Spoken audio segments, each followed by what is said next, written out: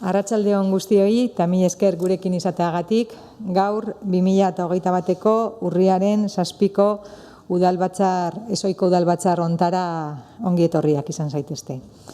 Buenas tardes y bienvenidas todas y todos a este pleno extraordinario del 7 de octubre del 2021. Hasiko gara. Lehen puntua eta bakarra, 2022ko ordenantza fiskalak aldatzeko proposamena. Punto primero y único, propuesta de modificación de ordenanzas fiscales para el 2022.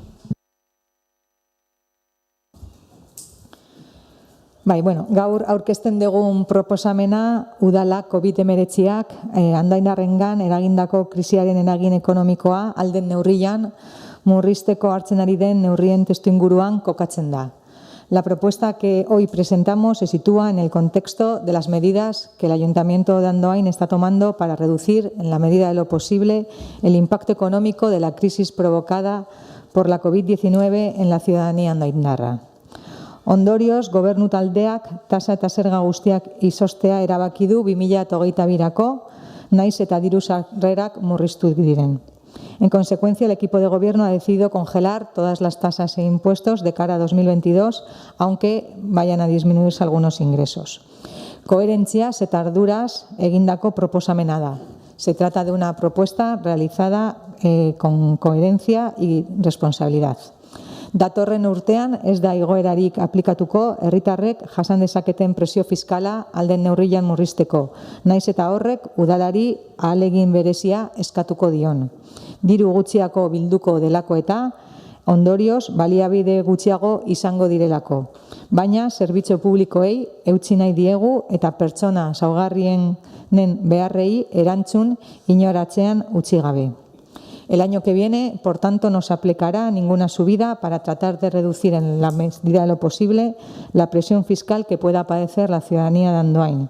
Aunque ello, somos conscientes, va a exigir un esfuerzo especial por parte del Ayuntamiento porque se recaudará menos dinero y, en consiguiente, se dispondrá de menos recursos. Pero queremos mantener los servicios públicos y atender las necesidades de las personas más vulnerables sin dejar en ningún momento a nadie atrás. Hau esan da, hala ere, badaude zenbait gauza txikiak mugituko ditugunak eta orain esplikatuko ditudanak. Dicho esto, no obstante, sí que hay pequeños ajustes o cambios que se han detectado en las tasas e impuestos y son un poco los que vamos a explicar a continuación. Batetik, data batzuk mugitu dira eta jarri dira eguneratuz. Hemos actualizado algunas de las fechas que ponían de manera que ya se ejecuten en diciembre, el 30 de diciembre. Bestetik, laugarren kapituluan, trakzio mekanikodun ibilgailuen gaineko zergan, en el impuesto sobre vehículos de tracción mecánica, batez ere salbuespenetan, konturatu ginean, zeudela hitz batzuk falta zianak eta sartuko dira indarrean. Eta batez ere, kotxeengan bazegon gauzatxo bat obarietan, etxeetan aplikatzen sana eta kotxietan ez, eta orduan tekstu berbera jarriko da bitan, inongo zeharik ez egoteko. Decíamos que en el capítulo 4 de tracción mecánica de los coches se detectó que, sobre todo en las bonificaciones, había un apartado que sí figuraba en el capítulo del IBI, pero no en el de los vehículos y se va a incluir también para evitar ningún tipo de confusión. Bestetik, 7. eta 2. artikuluan dokumentuak egiteko zerbitzutan, lehiaketa oposizioetan parte hartzeko tasa berria zehaztuko da. Se va a especificar una tasa nueva para el servicio de expedición de documentos en lo relacionado con la inscripción en cursos en oposición. Baita ere, 7. garren kapituluan, herriko hileta zerbitzutan, hilerritan, en los servicios funerarios, en el cementerio, se había detectado que había, pizkatxo bat, kontuatu ginean, nitxo txikien eta nitxo handien arteko tasa, ez zegoela oso ondo zehaztuta, eta, eginda, baita ere eskualdean konparaketa bat eta jakinda zenolako presioak sartzen ari diren eta ordaintzen ari diren, baita ere Andoaingo udaletxera ekarri ditugu. había unos pequeños desajustes entre los nichos pequeños y los nichos grandes y se hizo una comparativa también a nivel comarcal y, bueno, en consecuencia, pues se van a actualizar ambos importes. Kasu hontan bai aurreikusten duguna da nitxo handietan batez ere hainbeste ez igotzeko ingo dala bizatitan datorren urtera begira, aurten ingo da 50% igoera eta ja datorren urtera begira bestea. Decíamos que sobre todo en el tema de los nichos hay uno que, bueno, el precio conllevaría una subida importante y entonces se ha decidido hacerla en 2 años para que no sea bueno, pues tan fuerte. Gero 7 eta 6 autotaxi alokairuko gainerako ibilgailuen lizentzian, Buruntzaldeko taxiaren eskualdeko batzordeak onartu zuen bezala, igoera izango litzateke 2,9%.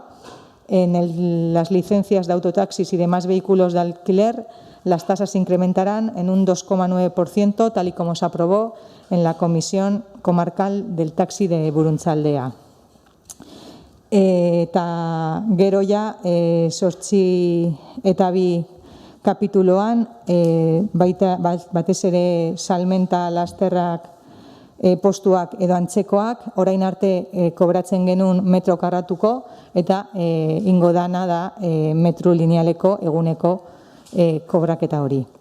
Decíamos que en los puestos de venta ambulante o similares, hasta ahora se cobraba por metro cuadrado y, bueno, pues a partir de ahora, a partir del 2022, se cobrará por metro lineal día. Eta gero ja, bueno, 7 eta 11 kapituloan, eguneko arreta zerbitzuan ja presioa jartzen da. Como sabemos, se va a hacer un centro de atención diurna, entonces ya se establecen las tasas que le corresponderían. Eta 7 eta 16 kapituloan, jarduera fisiko eta kiroletan baita ere zenbait presio aldatu dira, eta batez ere pilateseko kurtsoa sartzen da orain. También con el tema del capítulo 7.16 de deportes y actividad física, bueno, pues han actualizado algún precio y sobre todo, bueno, pues se incluye la actividad de pilates, el curso de pilates, que es una actividad nueva que se ha incorporado este año, eta baita ere detektatu genuen hasieran zegoela tekstu bat zehaztuta, eta, bueno, jardura eta kirolako sailetik proposatu ziguten zehaztapen atzuk itea, eta alde hortatik orain ja egongo liratezke jarrita. Decíamos que también desde el Departamento de Actividad Física y Deporte se nos comentó que, bueno, no existían como unas normas o cómo hacer el tema, cómo se regulaban por escrito y, bueno, pues han decidido incluir el texto correspondiente para poder hacerlo. Eta azkenik eta bukatzeko, 7 eta 17 kapituloan, Bastero kulturgunean, dantza eta pisa erabaki da material alokaitzeko kentzea. En el capítulo 7.17 del Centro Cultural Bastero, pues se ha decidido que desaparezca la tasa de material de tapiz de danza que ya no se utilizaba. Hoiek izango liratezke aldaketak, bueno, gaur proposatzen ditugunak. Estas serían las propuestas que traemos hoy para someterlas a votación.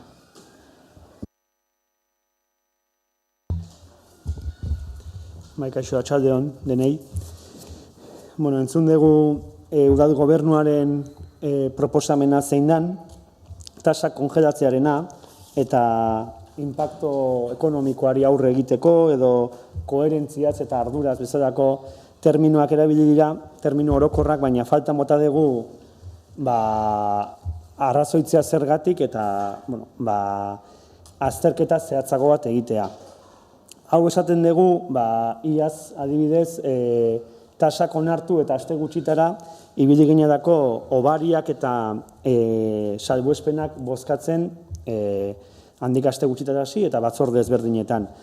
Faltan bota dugu post-COVID egoera hontan azterketa bat egitea zehatzagoa egoera, tasak kongelatzen ditugun arren, egoera iazko bera ez dadako izango.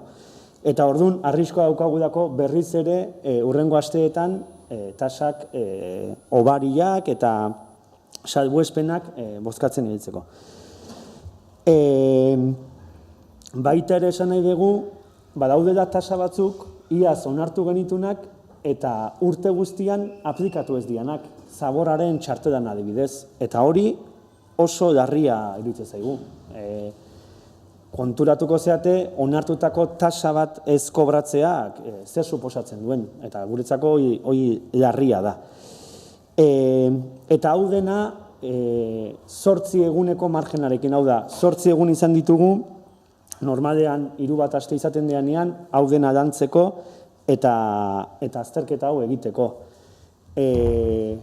Badakigu, ogasun sailaren lantaldearen egoera zein dan, baina legezko epeak ere ez dira errespetatu. Eta nahiko bagenu, ez dugu egingo, baina nahiko bagenu, tasa hauek atzera botatzeko aukera izango genuke. Eta zoritxarrez, epe gutxi izatea, lan egiteko denbora gutxi izatea, ez da soilik gertatzen tasen kasuan edo ogasun batzordean. Nazional baterako ere proposatu genuen, mahai bateratzea, eta erantzunik ez dugu jaso. Jaso dugun erantzun bakarra izan da, zinegotzi batena, bere izenean, eta komunikabide batean. Baina udal gobernuaren ahotik, ez batzorde batean edo ez pleno batean, ez dugu erantzunik jaso. Eta puntrakaren xehetasunak eta kokaguneaz, herritarrekin eta herriko taldeekin egin dugun bileretan entratu gea. Orduan, gure ustez, lan egiteko modua aldatu behar dezue. Nahi baldin badezue modu horretan jarraitu, baina horrela jarraitzen bazue gu ez gea ondoan egongo. Zergatik iruditzen zaigu, lehenengo indarra izanik gure ikuspuntua ere kontuan hartzeko ikuspuntua dela. Hau dena esan da, tasak esan dugun bezala, behar dan bezala lantzeko ez dugu aukerik izan, eta azterketa hori egin gabe tasak kongelatzeren aurka ez gaudenez, abstenitu ingo be.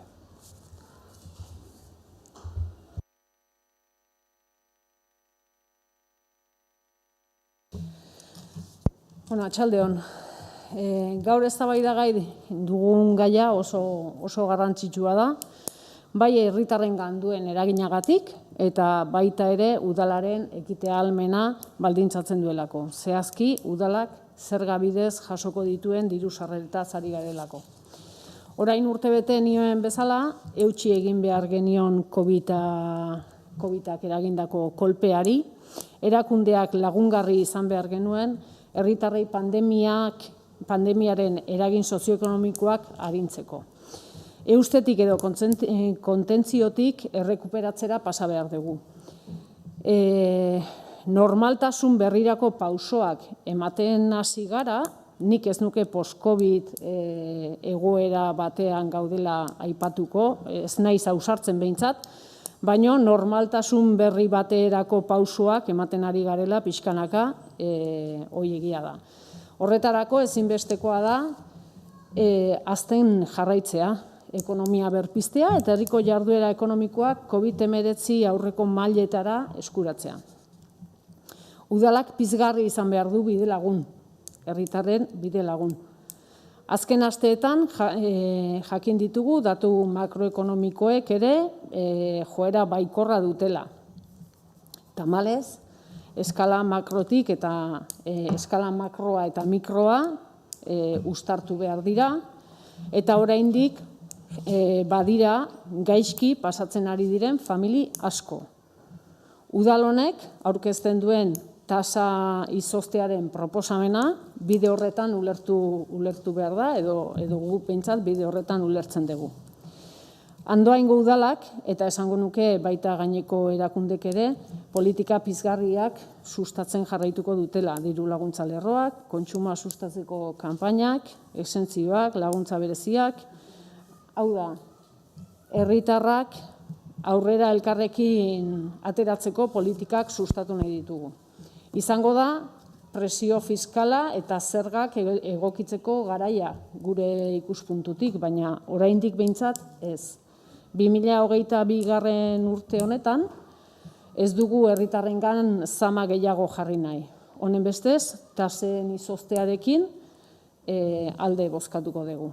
EAJ-tik eta gobernu talde honen kide bezala, herritarrei laguntzen jarraitu behar dugula uste dugu, eta horregatik tasak izozteko proposamena aproposa dela deritzogu.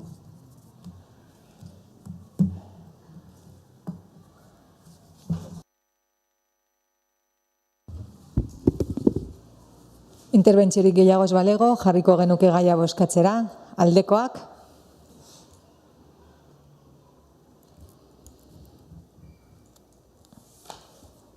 Abstentzioak?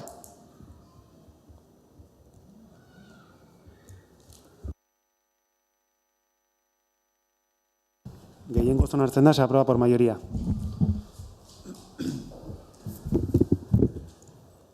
Puntu bakarra zenez, bukatutzat emango genuke gaurko udalbatzarra eta mila esker denei etortzeagatik. Decíamos que como es el único punto del orden del día al ser un pleno extraordinario, pues daríamos por finalizada el pleno de hoy. Mila esker.